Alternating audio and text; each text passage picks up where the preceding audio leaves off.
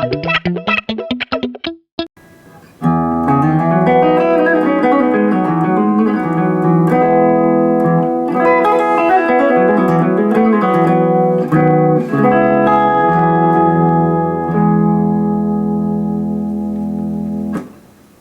everybody, Rich here, and today I want to tell you about my favorite style of playing a major chord, right? Everyone knows how to play major bar chords, you know, open chords, you know, all kinds of different styles of major chords. But very few people, well, not very few, but fewer than should play this chord actually use this chord regularly on a regular basis. And personally, it's one of my favorite versions. You all know a C major chord, I presume? Right? Very, very simple chord to play. In order to make the major chord that I'm talking about, right? You heard me playing a second ago in E major. I'm using literally the exact same shape as that C major chord, right? If I take this shape and I move it down into a C major chord shape, like if I play C major with my first, second, and third finger, that's one thing. But if I use my second, third, and fourth finger to play it, that puts me in the shape of this major chord that I'm talking about. And I'm going to tell you why it's super useful, right? And before I do tell you that, right, what I want you to think of when you're doing this is that you're playing the C major chord, and then instead of the nut being where the string ends, you kind of bar your first finger across potentially all 6 strings if you want, but definitely the A through the high E strings. And then you can just move that C chord up 1 fret, and you throw your bar down, and now your bar is sort of like functioning like the nut of your guitar, or maybe like a capo. And that way, you then make your C chord shape with these 3 fingers, and now you have a D flat major chord. You move that up again, you have a D major chord. Up again, E flat major chord. One more time, and you're at the E major that I was using. Right? So I'm going to show you a couple licks and a couple cool tricks that you can use and manipulate this chord shape so that you get all kinds of cool flurries and things that you can't get, you know, with a major bar shape like this or a major shape like that. You're not going to be able to get nearly half as much mileage out of those chords as you can out of this C major chord shape, right? So I'm going to show you a bunch of cool things. But before I do that, what I want you to do is get on over to maxrichmusic.com, and I want you to subscribe for the newsletter. Subscribe to the newsletter. It's a free weekly newsletter with free video lessons like this, articles about music theory, guitar technique, free tabs, free song lessons, all kinds of free guitar stuff, free gear reviews. And that will give you access to a whole bunch of premium content that I make for my subscribers. And if you feel so inclined, hit that donate button. It helps keep these videos free, helps keep me creating content for you guys, and hopefully you guys enjoy it. And if you do, please like, share, and subscribe. It always helps me out. And you can tell your guitar friends that you rip a little harder than them, possibly because of some of the stuff you learned in the newsletter. So, in any case, back to the lesson. We are on an E major chord shape, but using this C major shape, right? So we're on an E major, but it's not this E major, it's not this E major, it's this E major.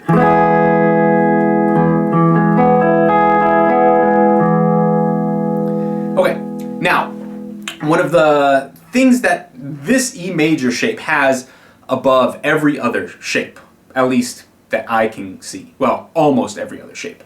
But one thing that you want to try to think of is, it's very awkward a lot of the times to be thinking of the root note under your pinky. A lot of times players like to think of their first finger as the root note. You know, if I'm playing an E major this way, my first finger is on the root note. If I'm playing an E major up here, my first finger is on the root note. But putting your pinky on the root note changes the structure of the licks you can play, changes the structure of the chords found in that scale in the nearby vicinity of this chord shape. So right here within this chord shape, without moving very much at all, I could play all 7 chords in the key of E major, right? So here would be the 1 chord, the 2 chord, F sharp minor, right, is right there. I'm already on, I don't even need to move my bar. So here's the 1, here's the 2. The 3 chord G sharp minor, I can just bar the entire thing and play my G sharp minor right there. G sharp minor 7 if I want. A major 7, the 4 chord, right there. B major, we're using nearly an identical shape as the E major, right? Essentially here, we got our pinky on B, once again pinky on the root note, and then ring finger on D sharp, and then we're still barring that 4th fret. And then we keep barring that 4th fret, and we play C sharp minor 7. And then for the 7 chord, D sharp half diminished is right there, and then back to the E. So you got all 7 chord shapes within a 4 fret span.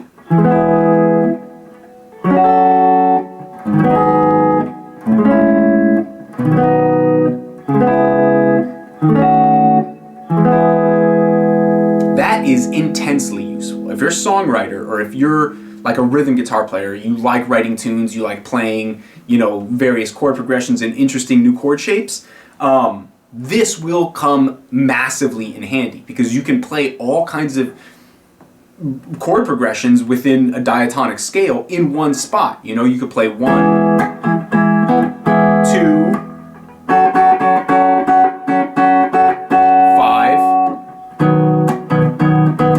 back to 1. You could play 1, 4, 5. You could play 1, 5, 6. You could play everything. You could play 3, 6. You can go, and then 2, 5, 1. There's a million different ways that you can combine without, like, I'm not even moving. I'm hardly moving at all. I'm not shifting everywhere to get the 2 chord here, the 5 chord, the 6 chord, the 7 chord. You know, I'm not moving at all. I can do everything right here. So that is a humongous advantage, right? And then in addition to that, you have all bunch of, you have like essentially an entirely unique way of playing this major chord. For example, if I play this major chord and I lift off my ring finger, I essentially now have an E add 9 because I have E, F sharp, B, E, G sharp. So that's an E add 9 chord. If I put my ring finger back on and lift up my middle finger, I have an E major 7 chord. If I lift them both up, I mean, you can think of this as like an E major 7 sus 2. You can think about it like that, or you can think about it as a B chord with an E in the bass. Right? But either way, you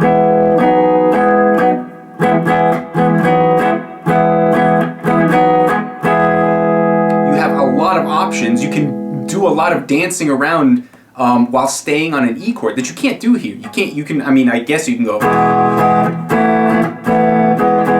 and you could play a sus chord or something, same as here,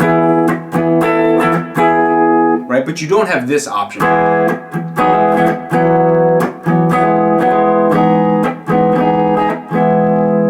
All those little variation notes played over an E major chord will sound fantastic, and it'll give your harmonic playing, give your rhythmic playing much more movement rather than just like strumming static chords, rather than, you know,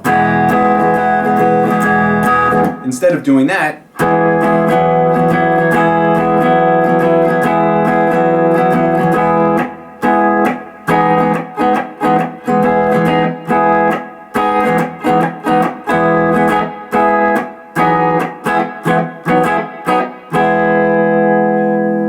I was playing E major the entire time, but I was dancing around using these little notes, right? So that is a hugely useful way and to play rhythm guitar, and it will stop making rhythm guitar probably so boring for you. I know a lot of people get bored playing rhythm guitar, but you don't have to, because there's a lot of cool ways of making rhythm guitar interesting. So, in any case, we're going to continue on with some licks coming up next. Okay, so riff 1 is basically just using the same concept I was just talking about. We're playing this E major chord, and then we're just lifting off our ring and middle finger getting that major 7 sus2 sound and putting that back on, and that's basically the entire thing, right? So we're going to use that concept. I'm playing fingerstyle here, and this is what it sounds like.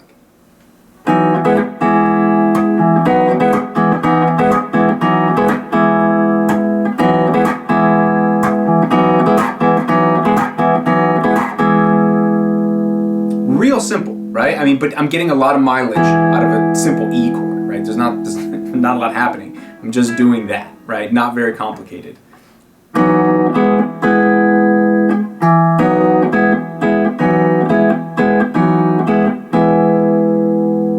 Right? So that is one way that you can get some serious mileage out of this. Now, Riff 2 uses a similar concept, except instead of going from the E to another version of an E, we're going to actually be changing some chords. We're going to be playing the 1 chord, the 5 chord, and the 6 chord.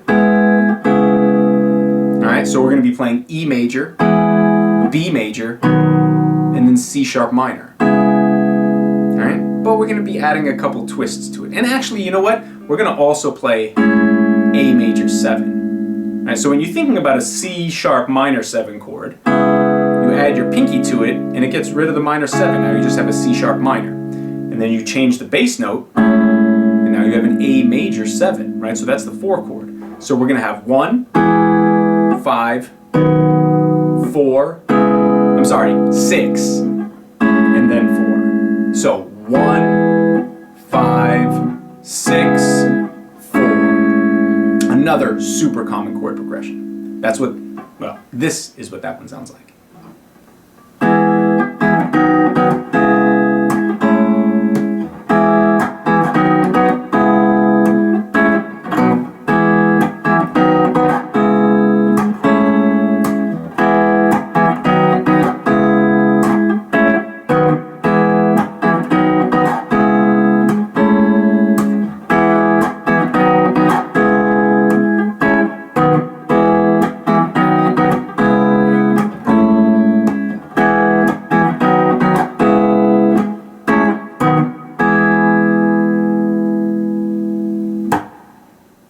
Okay, so basically what I'm doing, I'm just starting here on the E, and then I'm going down to a B major chord. However, I don't even play this B bass note. I literally take off my 2 middle fingers, my ring and middle, and then I put my ring finger on a D sharp bass note.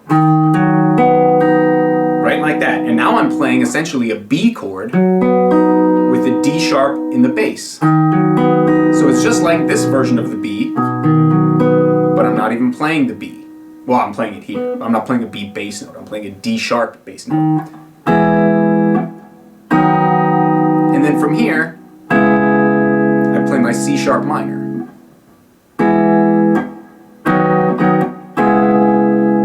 Now that's an intensely useful way of transitioning between chords, right? Because I can go the other way. I can go C sharp minor to E,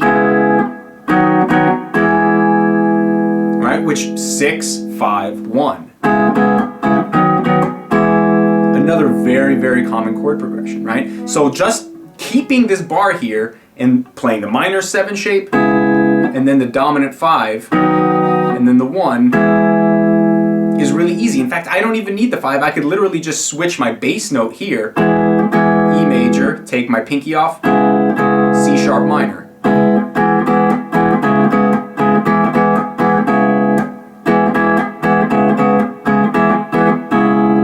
If I wanted to do that over here, I would have to be doing all kinds of crazy jumping around, right? Or do like some like gnarly chord shape like that to get the C sharp minor. Either way, it's not worth my time. This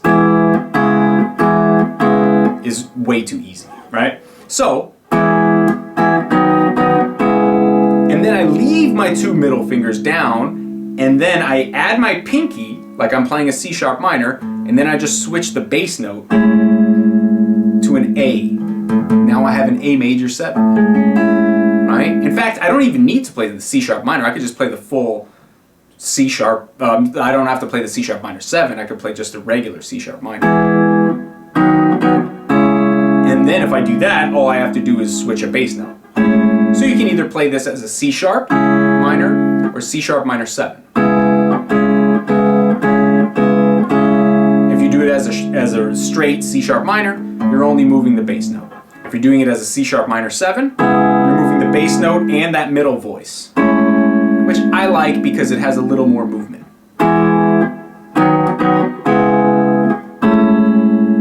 And then that repeats. But we do this. So those final hits are A major 7, and then we play the actual B major chord shape. Like that. Which is virtually identical to the E major chord shape, except we're not using our middle finger, and everything's down one set of strings. So we're on strings 6, 5, 4, 3, and 2, if you want.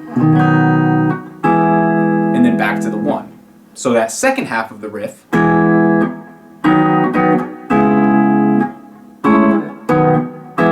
sounds like that. The whole thing put together.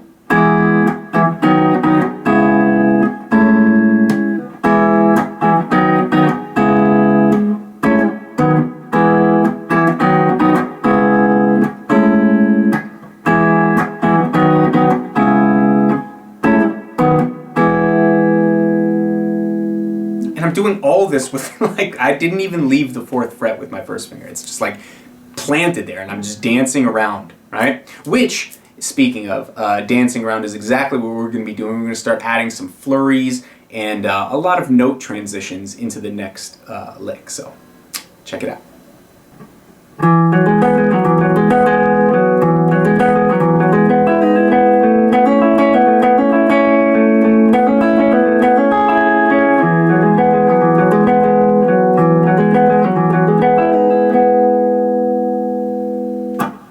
Okay, so now we're starting to add a bunch of little flurries and, you know, sort of like embellishments to this chord, right? And it's one of my favorite things to do because it's really very, very easy. So what we're doing, we're starting with this E major chord shape, and we're starting without our ring finger, and then we're hammering on. This idea of hammering on from the F sharp to the G sharp, from the 2 to the 3, and then playing the 5, the B, which is underneath our bar.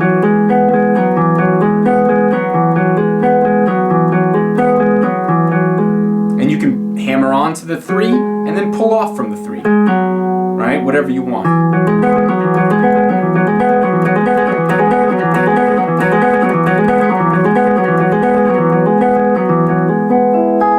Right? It's a very, very cool idea. And so that's what I'm doing.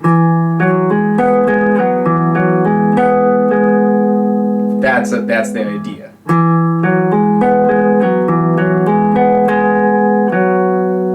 And so we're basically just doing that.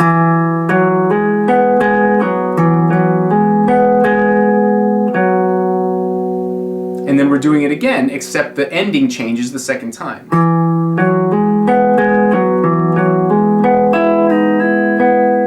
Now this one, we climb all the way up to the high, to the E on the B string, and do a pull-off hammer on, and then play the G string.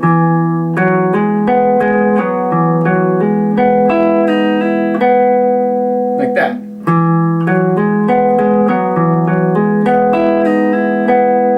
Now the other cool thing about this, I haven't talked about this yet, we talked about playing the A major 7 this way, which is real common, right?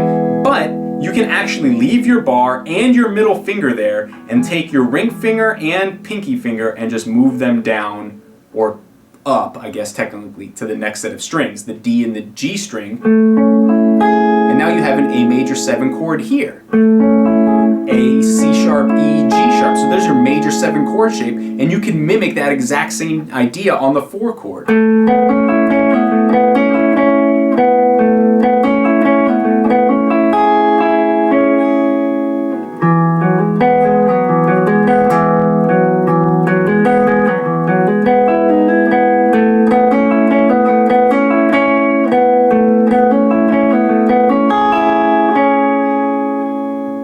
And that becomes really easy to play your E major 7, your E major, and then your A major 7. 4 chord, 1 chord, 4 chord, 1 chord.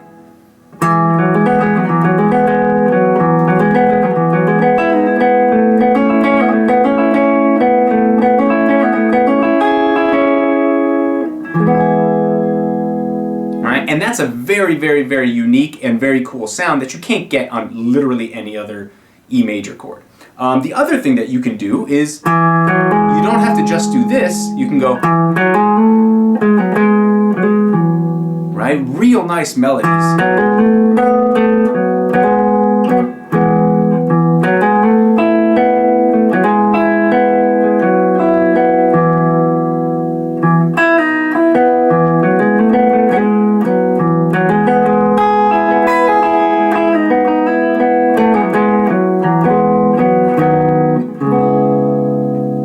Start combining that with your chord changes and things get really cool very quickly.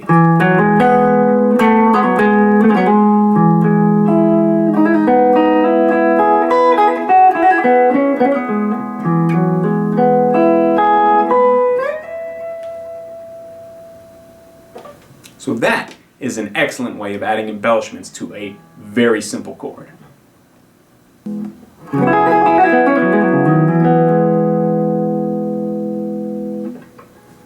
Okay, so this next one, we're basing everything off of a C-sharp minor chord shape, right? But we're getting rid of this ring finger, so we're actually kind of playing a C-sharp minor 11. Like that, only 2 fingers. Once again, we're barring our 4th fret, middle finger stays on the E where it belongs, right? Except now what we're doing a quick hammer-on pull-off with our pinky on the 7th fret. And then doing it again on the next string, and then a ring finger on the 6th fret, and then ring finger again on the 6th fret.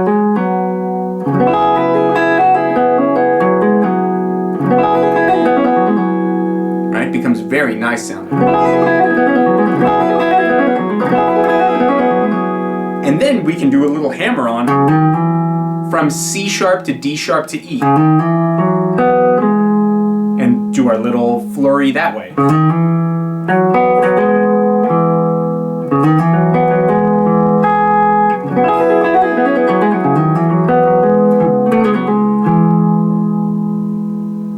Right, so there's all kinds of cool ways of sort of taking this simple chord shape and adding, you know, all kinds of stuff to it.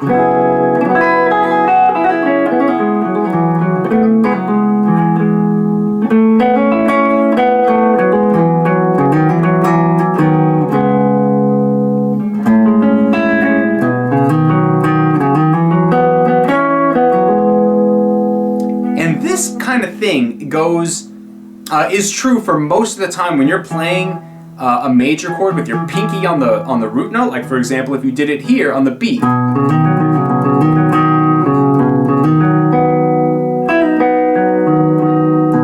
right? It works everywhere. Like I could even slide it down and do it on the A.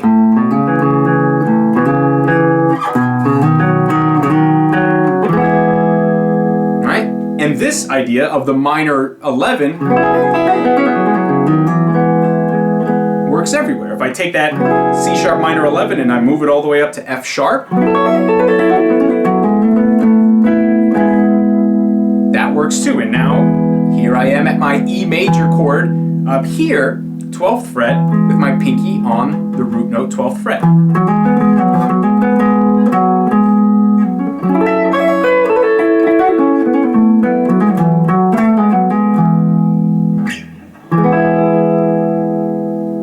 So I really encourage you to start thinking about your major chords differently. Stop trying to associate your the first finger of your fretting hand with the root note for everything, right? It will box you in, it'll get you into like just boring standard major bar chord shape, or minor bar chord shape, something very predictable, something that doesn't have a lot of versatility because you can't embellish all these notes the same way you can with this C major chord shape, right?